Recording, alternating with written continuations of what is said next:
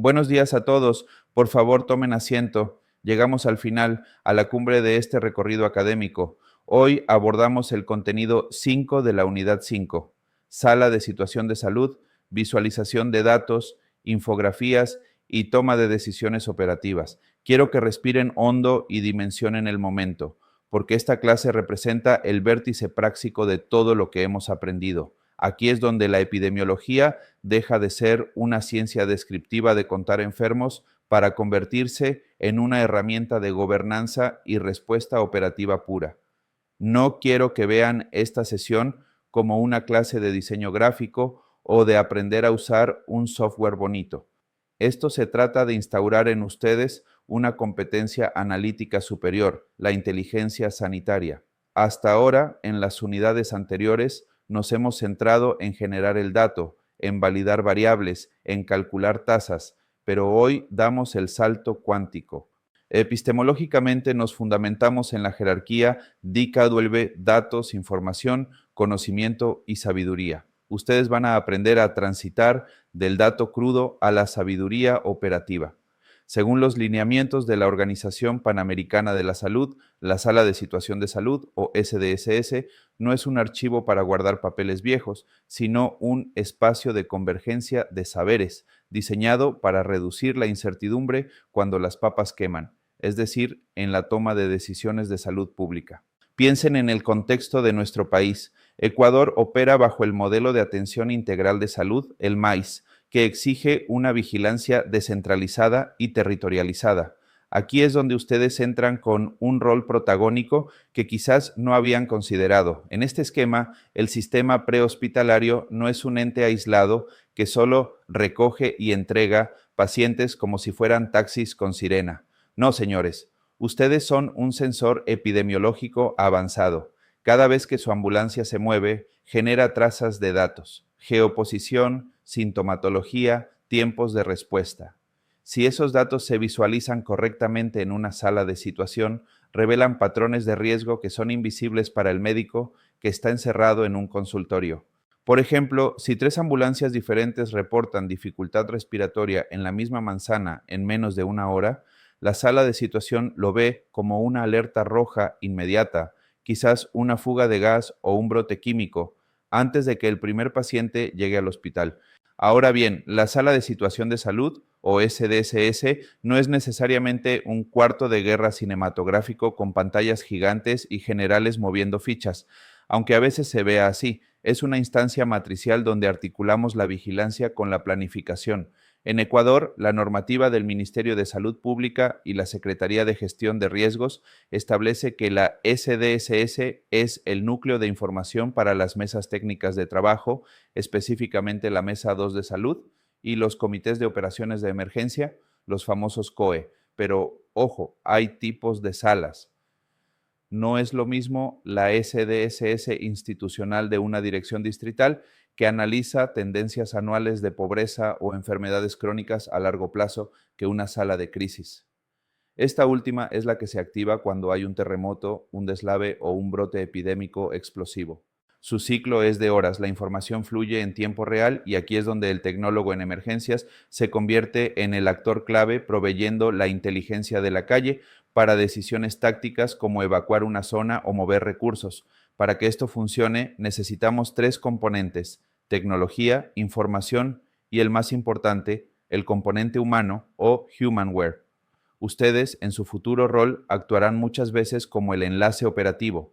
Su trabajo será conectar la realidad de campo con la sala, validando que lo que dicen los gráficos coincida con lo que sus ojos ven en la escena. Porque recuerden, la calidad de la decisión que toma un ministro o un alcalde depende estrictamente de la calidad del dato que ustedes ingresaron.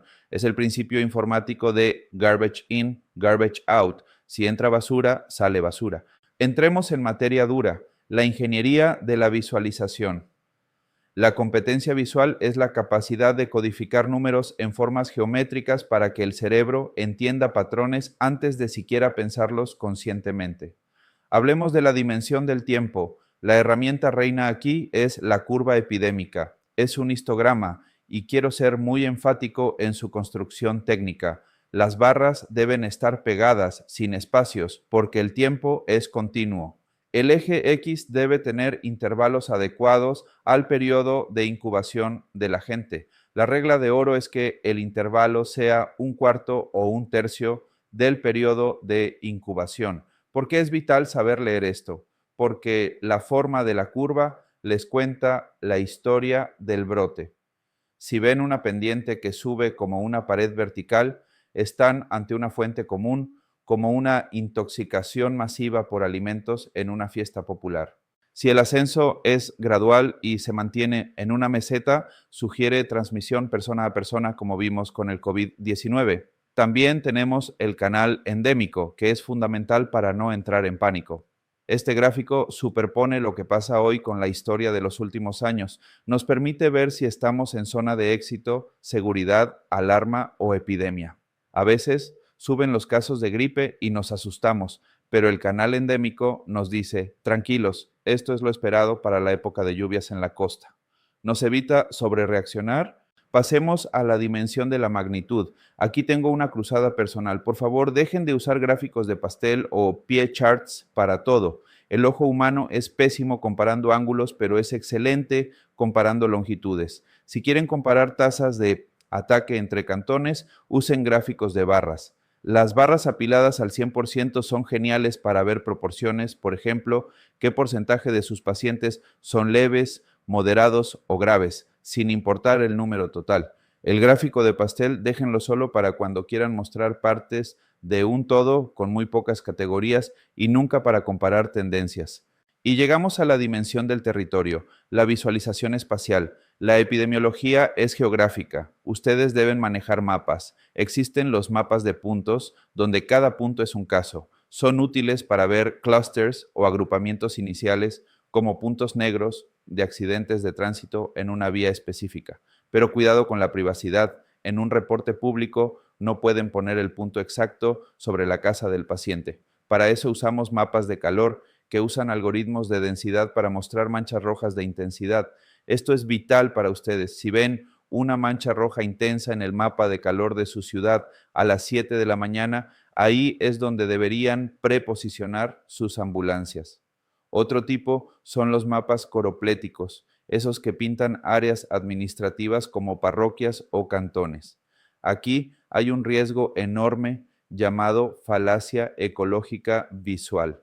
Si pintan todo el cantón Guayaquil de rojo porque hay un brote en una sola parroquia pequeña, están estigmatizando a millones de personas y dispersando recursos.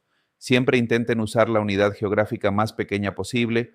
Ahora, ¿cómo presentamos todo esto? Aquí entran los tableros de mando o dashboards. Imaginen el tablero de su auto. No les dice la presión exacta de cada pistón en pascales, les prende una luz roja si algo anda mal. Un dashboard operativo debe responder en 5 segundos a la pregunta, ¿estamos bien o mal? Usamos tarjetas de números grandes, como total fallecidos hoy, y velocímetros para medir ocupación de camas UCI. También aplicamos la semántica del color. Rojo es alerta, verde es control. Parece obvio, pero usar una paleta de colores equivocada puede confundir a un tomador de decisiones cansado a las 3 de la mañana. La infografía, por su parte, busca traducir esta complejidad estadística en mensajes claros para la población o autoridades no expertas. Debe tener economía cognitiva, eliminar lo que llamamos chart junk o basura visual, como efectos 3D innecesarios o sombras decorativas. Cada píxel en su pantalla debe comunicar un dato real. Todo esto nos lleva a la pragmática de la decisión. La visualización no es el fin, es el medio. En el nivel estratégico, un COE nacional necesita tendencias a largo plazo para pedir ayuda internacional. En el nivel táctico, un distrito de salud necesita saber dónde vacunar mañana. Y en el nivel operativo, donde estarán ustedes despachando unidades, necesitan dashboards de tiempo real. Pero cuidado, la epidemiología basada en evidencia nos exige triangular. Nunca confíen ciegamente en un solo gráfico. Pregúntense, ¿este aumento de casos en la pantalla coincide con el aumento de llamadas al 911? ¿Coincide con lo que me dicen mis compañeros que volvieron del turno? La sala de situación es el foro para validar esa verdad antes de emitir una orden. Para operacionalizar esto, tenemos el informe de situación o CITREP. Este es el documento estandarizado que comunica el estado de la emergencia. No se sientan a escribir una novela, tiene pasos claros. Definir el periodo de corte, por ejemplo, datos válidos hasta las 17 horas. Recopilar novedades, sintetizar visualmente con 2 o 3 gráficos claves y hacer un análisis cualitativo. Ojo con esto. El análisis no es describir lo obvio. No me escriban la barra azul subió. Eso ya lo veo. Escriban la implicación.